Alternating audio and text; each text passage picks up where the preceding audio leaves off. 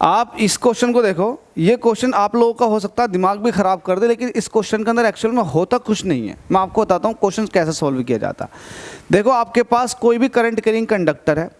अगर आप उस करंट कैरिंग कंडक्टर को मैग्नेटिक फील्ड के, किसके, मैग्नेटिक फील्ड के जस्ट परपेंडिकुलर रख दोगे, जैसे कि मैंने एक करंट कैरिंग कंडक्टर रखा है, ये मैग्नेटिक फील्ड के जस्ट परपेंडिकुलर है और इसके अंदर से करंट पास कराई जा रही है, तो आप ये देखें कि इसके अंदर करंट इस तरह से पास कराई जाएगी।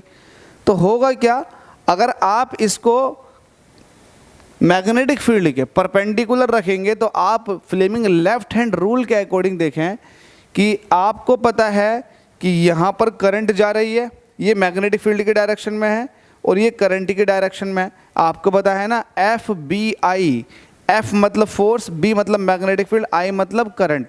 तो करंट आपने दौड़ाई है ऊपर की तरफ को, लेकिन मैग्नेटिक फील्ड जो है एफ बी, बी मतलब मैग्नेटिक फील्ड, तो मैग्नेटिक फील्ड है ये, तो कहीं ना कहीं इस पर जो फोर्स लगेगी नीचे की तरफ को लगेगी।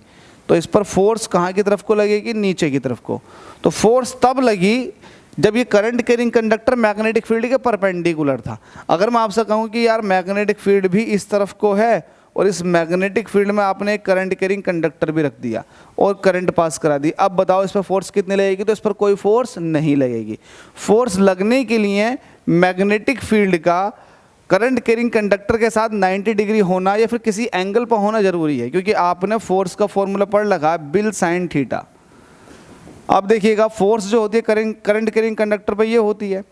अब अगर मैं थीटा की वैल्यू 0 ले लेता हूँ तो यहाँ पर साइन 0 की वैल्यू 0 होने की वजह से फोर्स भी 0 हो जाएगा।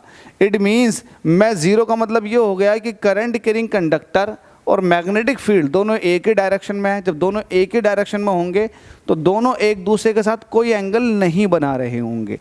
अगर ऐसा है तो ये इसके लिए था कि मैग्नेटिक फील्ड और करंट कैरिंग कंडक्टर दोनों एक ही डायरेक्शन में हैं, दोनों इस तरफ को है, मैग्नेटिक फील्ड भी इस तरफ को, तो कहाँ एंगल बनेगा। हाँ, एक ऐसा हो जाए एक ऐसा हो जाए तो एंगल बनेगा ना। तो इस कंडीशन में फोर्स 0 हो जाएगी, लेकिन आपको चाहिए क्या, फोर्स। हमसे कह रहा no force act on a current carrying conductor.